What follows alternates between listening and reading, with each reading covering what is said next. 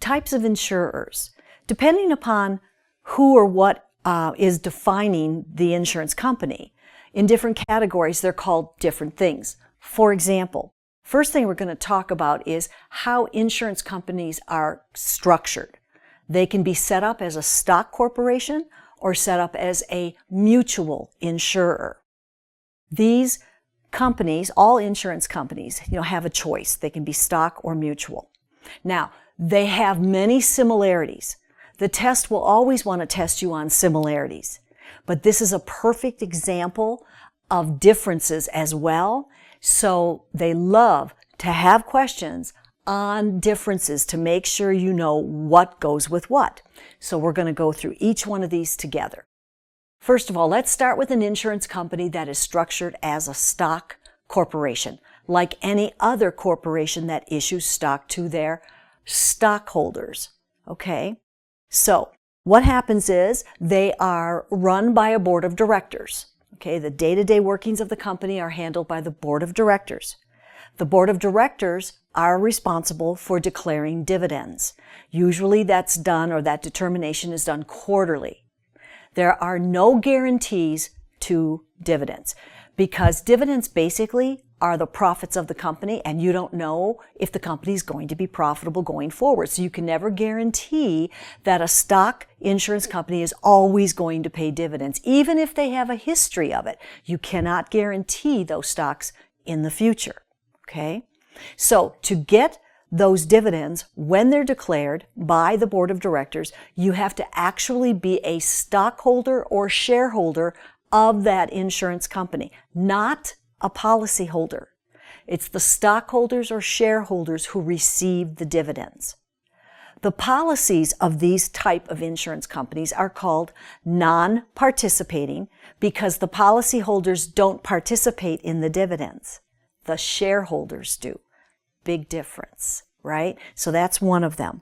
Also, the company is owned or managed by, they're managed by the directors, but they are owned by the stockholders. When you buy a share of stock in a company, you actually have what is called an equity position. Equity means ownership.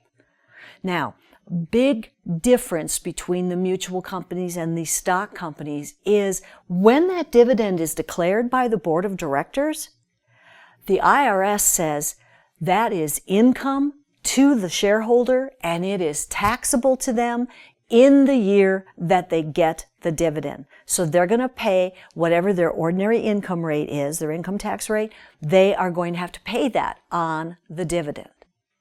Okay? So that's a stock corporation, an insurance company structured as a stock corporation. Now, the other choice is an insurance company set up as a mutual insurance company. In this situation, the policy owners actually have the ownership of the company. Okay? There are no shareholders, there are only policy holders. Now, they have a couple similarities. They're run by a board of directors. The directors declare the dividends. If they have profits, these cannot be guaranteed either. But the policies are called participating policies because the policy owners participate in the ownership of the company. Okay? So again, the company is owned by the policyholders, not stockholders. And then let's talk about that dividend.